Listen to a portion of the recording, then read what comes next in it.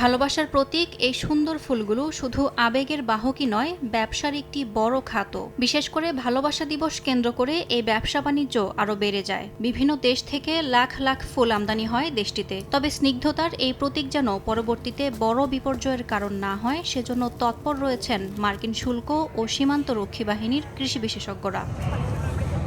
এই ফুলের সঙ্গে যেন কোনো ক্ষতিকর পোকা প্রবেশ না করে এবং সেগুলো থেকে রোগ জীবাণু ছড়িয়ে না পড়ে, সেজন্য কাজ করে যাচ্ছেন কর্মকর্তারা। যুক্তরাষ্ট্রের মায়ামি বিমানবন্দর দিয়ে প্রতিদিন হাজার হাজার টন ফুল আমদানি হয়, যার বড় অংশ যায় ইকুয়েডর থেকে। তবে ভালোবাসা দিবসের আগে তা বেড়ে যায় বহুগুণ। এই কারণে এই সময়টায় ফুল পরীক্ষকদের নিরলস সময় কাটাতে হয়। ক্ষতিকর পোকামাকড় নিয়ন্ত্রণের জন্য বিশেষভাবে পরীক্ষা করতে দেখা যায় মার্কিন শুল্ক ও সীমান্ত রক্ষী বাহিনীর কৃষি বিশেষজ্ঞদের। চলতি বছরের 7 ফেব্রুয়ারি পর্যন্তই 110 কোটি ফুল পরিদর্শন করেছেন তারা, যার মধ্যে 1158টি চালানে ক্ষতিকর কীটপতঙ্গ শনাক্ত হয়েছে বলে জানা গেছে, যেখানে 627টিতেই রোগ ছড়ানোর ঝুঁকি ছিল।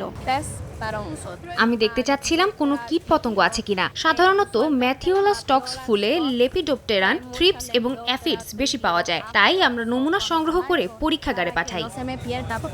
কঠোর এই পরিদর্শনের মূল লক্ষ্য হল ক্ষতিকর কীটপতঙ্গ যেন যুক্তরাষ্ট্রের কৃষি খাতে সমস্যা সৃষ্টি না করতে পারে। বিশেষজ্ঞরা তাই প্রতিটি ফুল খুব যত্ন সহকারে পরীক্ষা নিরীক্ষা করেন। সন্দেহজনক কিছু পাওয়া গেলে তা পরীক্ষার জন্য গবেষণাগারে পাঠানো হয়।